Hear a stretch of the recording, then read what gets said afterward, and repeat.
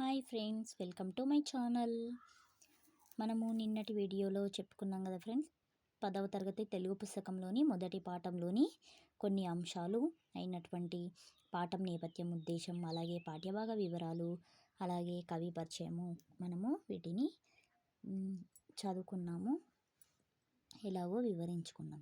అయితే వీటి నుండి ముఖ్యమైనటువంటి పాయింట్ టు పాయింట్ ప్రతి ప్రశ్నలను మనము తయారు చేయడం జరిగింది ఫ్రెండ్స్. అయితే ముఖ్యంగా ముందుగా మనము పాఠం నేపథ్యం, ఉద్దేశం నుండి కొన్ని ప్రశ్నలు తయారు చేశాను ఫ్రెండ్స్. ఒక్కసారి మనము పూర్తిగా తెలుసుకుందాం.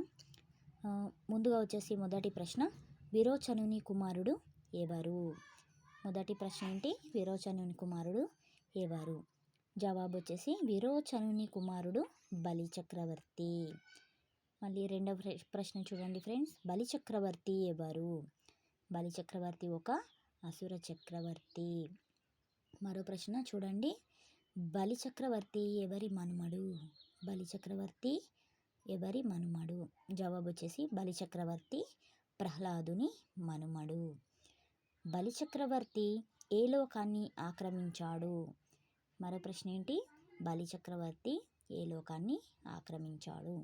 జవాబు వచ్చేసి బలిచక్రవర్తి స్వర్గలోకాన్ని ఆక్రమించాడు. అయితే ఇంకో ప్రశ్న చూడండి ఫ్రెండ్స్, రాక్షసుల యొక్క గురువు ఎవరు? రాక్షసుల యొక్క గురువు ఎవరు? అయితే ఈ ప్రశ్నకి జవాబు చూసినట్లయితే రాక్షసుల యొక్క గురువు శుక్రాచార్యుడు. మరో ప్రశ్న, దానశీలము పాఠ్యభాగం నుంచి మనము పాఠ్యభాగ వివరాల్లోకి వచ్చినట్లయితే వీటి నుండి కొన్ని ప్రశ్నలు చూడండి ఫ్రెండ్స్. దానశీలము అనే పాఠ్యభాగము ఏ ప్రక్రియకు చెందింది? దానశీలం అనే పాఠ్యభాగము పురాణ ప్రక్రియకు చెందింది. జవాబు వచ్చేసి పురాణ ప్రక్రియ. అయితే పురాణము అంటే ఏమిటి? మరో ప్రశ్న ఏంటి? పురాణం అంటే ఏమిటి?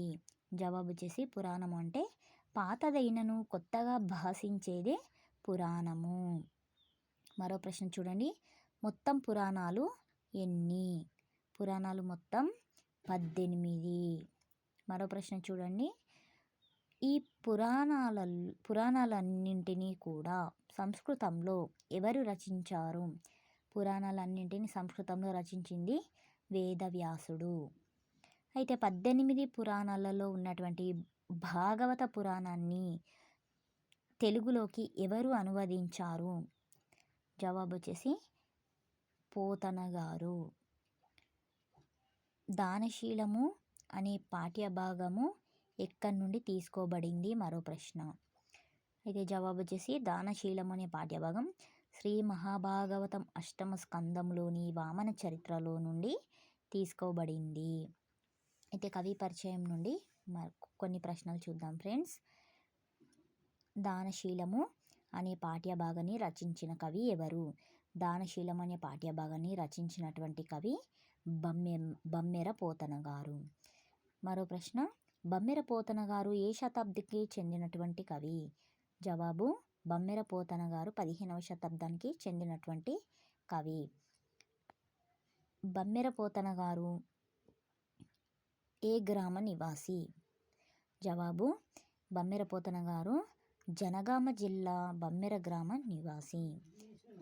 పోతన గారు తల్లిదండ్రులు ఎవరు? జవాబు పోతన గారి తల్లిదండ్రులు తల్లి లక్కమాంబ, తండ్రి కేసన. పోతన ఏ విధంగా ప్రసిద్ధి చెందారు?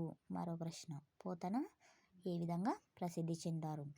పోతన గారు సహజ పండితుడని ప్రసిద్ధి పొందారు. పోతన సహజ పండితుడని ప్రసిద్ధి పొందారు. పోతన గారు రచించినటువంటి భాగవత పురాణము ఎవరికి అంకితం ఇచ్చారు? జవాబు పోతన గారు రచించినటువంటి భాగవత పురాణాన్ని శ్రీరామునికి అంకితం ఇచ్చారు. అయితే పోతన గారు రచించినటువంటి ప్రధానంగా ఇతని రచన ఏ విధంగా సాగుతుంది? జవాబు పోతన గారి ప్రధానంగా ఇతని రచన శబ్దాలంకారాల సొగసులతో సాగుతుంది. అయితే పోతన గారి రచనలు మామూలుగా ఏ విధంగా ఉంటాయి? పోతన గారి రచనలు మామూలుగా పండిత పామర జనరంజకంగా ఉంటాయి. పోతన గారు రచించినటువంటి ఘట్టాలు ఏవి? జవాబు: పోతన గారు రచించిన ఘట్టాలు ప్రహ్లాద చరిత్ర, గజేంద్ర మోక్షం, రుక్మిణి కళ్యాణం. పోతన గారు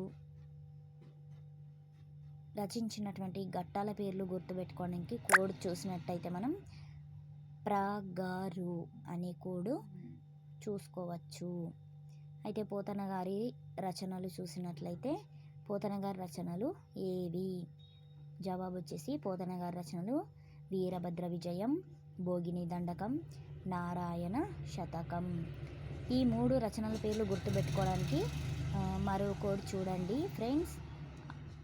ఆంధ్ర భోగిని వీరనారాయణుడిని స్తుతించింది అనే కోడ్ ఉంటుంది. ఈ కోడ్లో చూడండి, ఆంధ్ర అంటే ఆంధ్ర మహాభాగవతం అని, భోగిని అంటే భోగిని దండకం, వీరనారాయణుడిని అంటే వీరనారాయణుడిని అంటే వీర అంటే అందులో వీరభద్ర విజయం, నారాయణుడిని అంటే అందులో నారాయణ శతకం అని గుర్తుపెట్టుకోవచ్చు మనం.